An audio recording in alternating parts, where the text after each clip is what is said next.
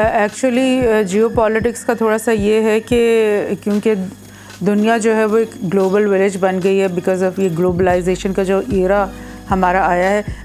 पहले भी geopolitics as a subject था, मगर वो बिल्कुल समझा जाता था कि एक वेस्टर्न सब्जेक्ट है और इम्पीरियलिस्ट हॉफर और मैकेंडर की थ्योरीज चलती थी जो कि ब्रिटेन, जर्मन और यूएस के लोग, वो लोग ही इस सब्जेक्ट को लेके चलते थे और इसको एक इम्पीरियलिस्टिक साइंस समझा जाता था। लेकिन अब क्योंकि ग्लोबलाइजेशन एरा आ गया है और वो एक मल्टी पोलर मतलब सिनेरियो बन रहा है पूरी दुनिया में, तो और everybody seems to be connected and affected by everything that's happening. अब मतलब अफगानिस्तान में जो कुछ होता है उसका effect India, Pakistan, Iran, America, Russia, हर एक पे होता है। इसी तरह मतलब everything that's happening is affecting all of us. तो फिर जियो पॉलिटिक्स की जो एक ज़रूरत है या फिर एक होलसम पिक्चर समझने की ज़रूरत और वर्ल्ड पॉलिटिक्स को समझने की ज़रूरत एज अ होल, क्योंकि सिर्फ आप पाकिस्तान इंडिया रिलेशन नहीं अब पढ़ सकते। That doesn't make sense any more because वो एक है ही नहीं। Because India is part of the quad for example. Quad में ऑस्ट्रेलिया, जापान और अमेरिका है, तो उसको इकट्ठे हमें समझना पड़ेगा कि वो किस तरह से वो एक चीज़ चल रही है। तो इस तरह से आप कहते हो आजकल के वक्त में कि कोई फ्रेंड्स नहीं है, आपके सिर्फ इंटरेस्ट है, तो फिर एक मुल्क का इंटरेस्ट तो 50 मुल्कों के साथ चल रहा होता है ना। बिकॉज वो कहीं से वो कॉटन खरीद रहा है, कहीं से वो ऑयल खरीद रहा है, कहीं से वो सर्विसेज ले रहा है। तो अब के ज़माने में ग्लोबल पॉलिटिक्स को एज अ होलसम साइंस समझना पॉलिटिक्स के लिए और एक नेशनल पॉलिसी बनाने के लिए, रीफ्रेम करने के लिए बहुत ज़्यादा इम्पॉर्टेंट हो गया है। लेकिन अफसोस की बात है कि हमारे मुल्क में एज अ सब्जेक्ट इसको इतनी आप को नॉर्मली यूनिवर्सिटीज़ में एज अ सब्जेक्ट नहीं मिल रहा।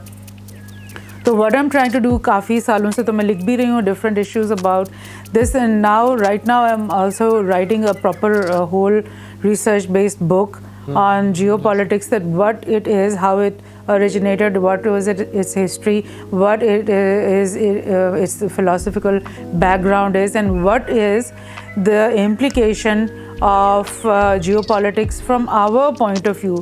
Like, how do we see the world? Because geopolitics is actually how you see the world. It's in your mind, the perspective. आप perceive करते हो कि यार मैं एक सुपर पावर हूँ, मुझे जाकर ये काम करने हैं, तो then you act according to that. अब हमारे जैसे एक थर्ड वर्ल्ड कंट्री जो कहलाती थी पहले, अब तो हम अपने आप को डेवलपिंग कंट्री कहते हैं।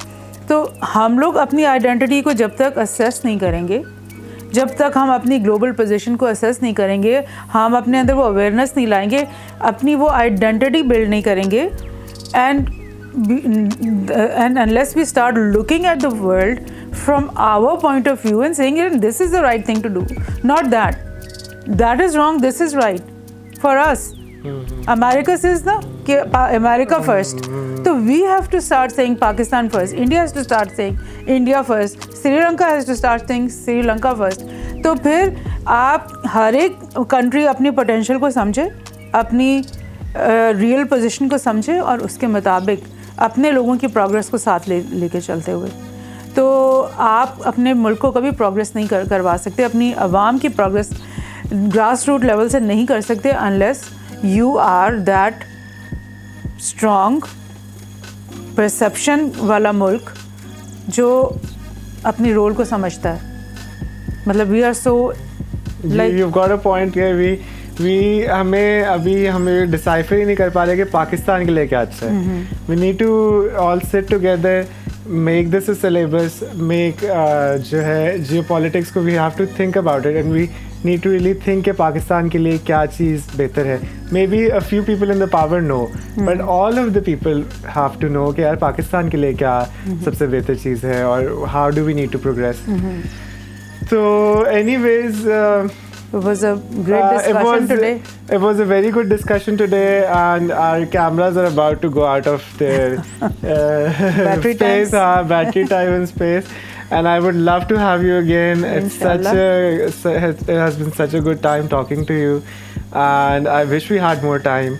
And I think we could discuss a lot of topics, thousands of Yes. topics, and I wish कि आप दोबारा भी आती रहे यहाँ Yes. ऑफिस में और Inshallah. doing this podcast again and again. Thank you you so so much. much. Thank you for having me. Thank you. अल्लाह हाफिज़. Allah Hafiz. बड़ी मुश्किल था यार. मेरा पैसा हो गया.